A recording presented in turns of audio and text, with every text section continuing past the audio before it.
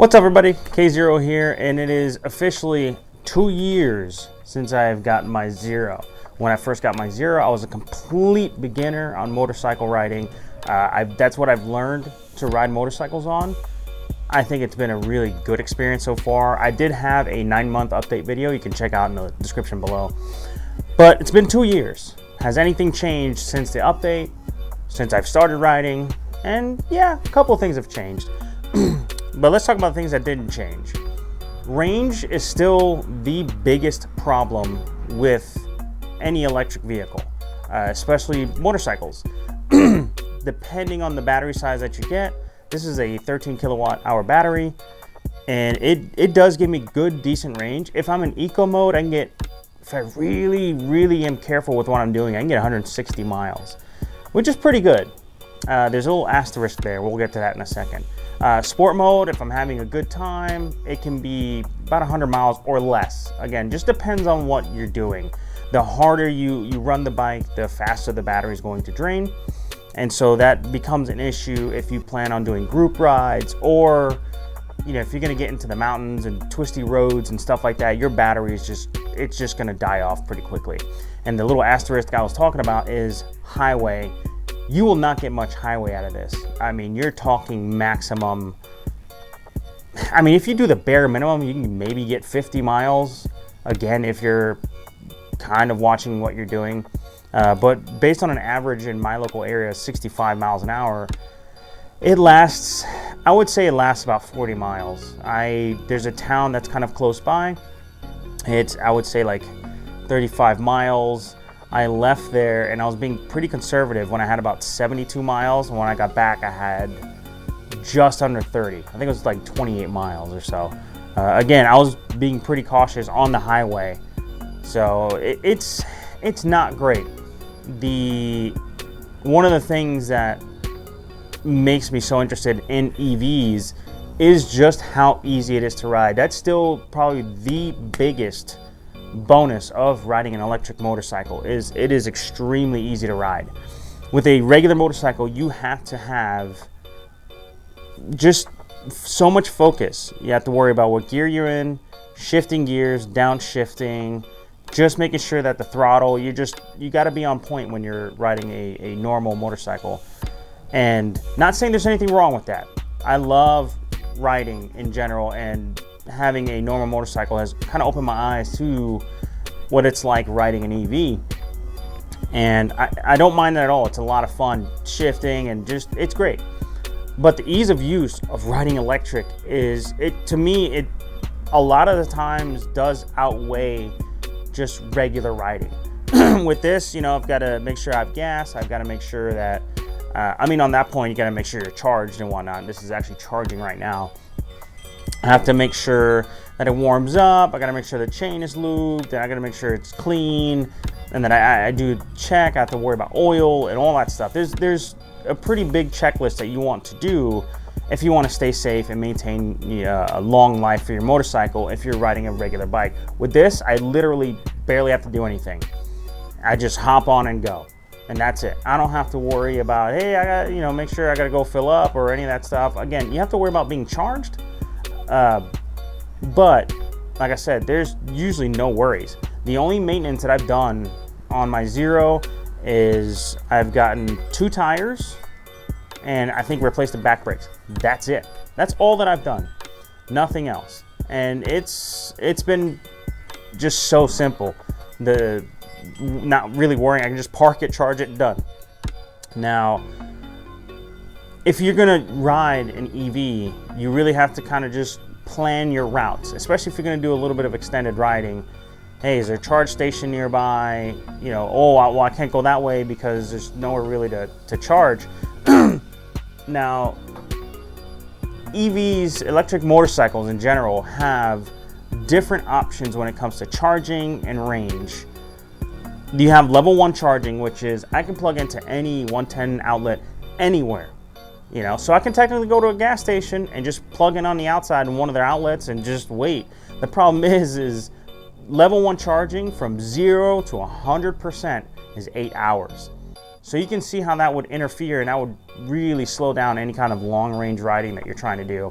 Now there are motorcycles who offer level 2 charging, which cuts the time about half or more. It just depends on what you're doing. And it is also DC fast charging and level 3 charging, which the Harley Livewire 0 to 80% is 45 minutes, which is pretty damn good. And you can see in real time how much range you're getting as it's charging, which is really neat. Now, I have had new perspectives since I've gotten my Zero. Again, this was my first ride. Totally brand new to riding. I actually took my skills test on the Zero, and I skipped about half the test because I don't have to shift gears and there's no way to really stall the bike. So we just kind of skipped over that, and everything else was just so simple. And even there's a part of it where you have to go down all the way to the end of the course and come back, and you have to do it for more than 30 seconds. And the great thing about the Zero is it's pretty well balanced, and you can just put in eco mode. And by the time I got back, he had stopped the stopwatch. It had been over a minute. I was going that slow, and it was just that good. Not bragging or anything, just saying. And that was my only experience for a long time. Now, I did get last year, it was a 2018 Honda CB300F, and it was a great little bike. I love that bike. That's where I learned to ride a regular motorcycle, was on that. Unfortunately, because I was so used to the Zero, power creep came in pretty quickly, and I needed something just a little bigger. So I ended up selling that, and the next experience I had, next motorcycle experience, was actually the Harley-Davidson Livewire. My local Harley-Davidson had it in as a demo, and I had planned this whole video, and I lost the footage. I got it back, so I'm kind of working on that right now. And this was, I think this was back in October. I'm not sure exactly when it was, but I will say, man, I have been missing out on more powerful EVs. That Livewire was pretty insane. It's eco mode, which is technically like the slow mode. It's meant to be conservative with the battery, and you're not meant to kind of just zip around and whatnot. It's eco mode. It's faster than my sport mode. If that gives you any context as to just how fast EVs can get and how crazy they can get. And there's actually a little video. I don't know if I'll insert it here or I'll include it separately in the Livewire review. I'll definitely throw it in the Livewire review of me and one of the Harley-Davidson employees taking off from a set point on my Zero and him on the Livewire. And I mean, the Livewire was gone. It just took off, and mine catches up for a second. You know, well, not even. It just kind of, it's right after the Livewire, but it was no contest, and that opened up my eyes. I would love to have a Livewire, but $30,000 is not in my budget right now for an EV, one, and two, just in general, just another motorcycle. That's not, no. I think that's one of the biggest downsides of the Livewire. And I was going to include this in the Livewire video, but I'll just say it here since we're just talking about EVs and updates and whatnot. Everybody argues that the Livewire is very expensive. I'm not even going to fight that. But one of the bonuses is that you can go to any Harley dealer and get that taken care of, any issues that you have. And there is a lot. That is a rather large network for, you know, technical support, for getting maintenance and all that stuff done. That's pretty convenient, as opposed to my Zero, where the closest dealer to me that can work on stuff, let's say I wanted to change my trunk for a power tank or a charge tank, I'm gonna have to haul it an hour away just to have that done and pay, you know, pretty good price. You know, I'm not saying Harley isn't expensive, you know, or wouldn't be expensive, but you know, Harley's 20 minutes away from here. I could ride there if I wanted to. So it just really depends on your outlook when it comes to picking an EV and planning your experience around an EV. Like I said, Zero is a little bit inconvenient for me, but I do like the Zero line. I think it is a really, really solid line of bikes. I like the company. Aside from getting a hold of support, they have an issue there. They talk about it in the group, so I'll just leave that up to you to research. All right, anyway, moving on. So after I'd sold the 2018 CB300F, I wanted something a little bigger. And that's when I came across my 2006 650R. I love this motorcycle. It had some issues. I bought it used, and I got it for a really good price, and there's a reason I got it for a really good price. So unfortunately, after I had purchased it and whatnot, I was like, all right, let me ride it and see if I can notice anything so I can get stuff worked on if need be. And luckily, I had gotten off the highway just in time. I was riding on the highway, I was taking it out and all that. When I got it, I knew the back tire was dry rotted. The front tire, I knew had some age on it, but I didn't see anything immediately that stuck out to me that was wrong. I didn't go over the bike with a fine-tooth comb, let's just say that. And the handlebar was bent pretty bad on the left side. But anyway, that didn't really deter me. So I got off the highway, and as I turned onto a surface road, just getting off the highway, the back end started getting a little slippery. And I said, oh, that's strange. And so I started kind of like doing the weave back and forth, and I noticed it was not fishtailing, but it was beginning to. So I'd pulled over to the nearest gas station, looked at the back tire. Sure enough, it was flat. I had attempted to buy a fix-a-flat kit from the gas station, didn't work. I had a tire patch kit inside my Zero trunk. So I had my mother go get my patch kit, bring it to me. I patched the tire, took it to the shop, which is only like 2 miles away, and had them replace the tire. And they told me, did you even look at the front tire? And I said, well, I did, but not in great detail. And inside the tread, if you had looked closely, you would see it was cracked at the very bottom of every tread. So both tires are severely dry rotted. I was hoping they would hang on for a little bit, but unfortunately they didn't. So that's okay. Again, that's my fault. I didn't really look at it, and I thought, oh, it'll hold out until I can just get new tires, and that's fine. So I got both those replaced, and while I was there, I had them replace the handlebar. Now, everything was okay until I had gotten blasted. Well, not really blasted. It was parked when I was at a store, and a customer had come in and said, hey, you might want to go outside, because I was wearing my helmet, my gear and everything. And I said, well, wait, what? Why? I thought he was messing with me. I don't know what he was talking about. He said, look, just go outside, trust me. So I went outside and noticed the left mirror was completely knocked off of my bike and it had some scrapes on the side. I said, oh boy, it was an older gentleman who pulled into the spot. He didn't knock the bike down, but he knocked it pretty good, enough to scrape and knock off the mirror and everything. I had planned on replacing the mirrors already, so he just kind of accelerated the process. We just went our ways. I told him it's okay. I was going to replace the fairings and everything anyway. You know what I mean? I'm not going to make a big hassle over something like that, something minor. So I replaced the mirrors. They're a bit smaller. They looked bigger in the picture. That's, eBay. I should have looked at measurements. But I put new grips on, and as I was putting the new grips on, I was turning the throttle, because I was just trying to squeeze it on. I didn't have any air, source of air to just kind of blow it on there. And unfortunately, I snapped it. There's a little pin that you put in so that throttle control and the kill switch stays still. And I snapped that, so I had to order a new one of those, wait for it to get here. So, but everything's good to go. She's road ready. I rode her yesterday. Everything's fine. And let me tell you the difference. Since my only experience was this in the live wire, I didn't, in the CB300F, I had about 2 or 3 weeks. And it was so light and all that, I just didn't really know a difference. I just knew it was a bit lighter. This is different though. This wants to turn into the turns, every corner. It wants to go, it's heavier, and it just feels bigger, just longer. This feels really short. When I look at it compared to this, it's just short. It just seems more compact. And it made me realize, because I rode this for about a week before I got back on the Zero, and it made me realize just how stiff the Zero is. It does not want to turn. It doesn't want to lean. Now, it'll lean, but there is so much more force, there is so much more effort you have to put in order to get more of a lean. This, I can literally dip into a corner. I can completely just go whoop and be fine. I have to fight with the Zero. I have to take it either slowly, or I really have to ring it in order for it to just get angled properly for a corner or a turn. It just wants to just stand straight up. That's its best position. It just wants to go in a straight line and be happy.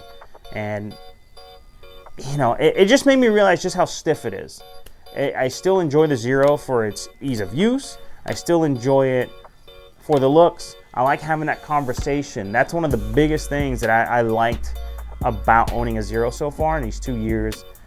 It's a conversation piece. You get to talk to other riders. Hey, is that electric? Oh man, I've never seen that. And you just have a conversation. It's great to know people. Even if people don't ride motorcycles, yeah, I'm at a red light like, hey, is that electric? They notice that there's no exhaust and there's no sound. And I've scared quite a few people actually by pulling up near them and they're like, what? What's going on?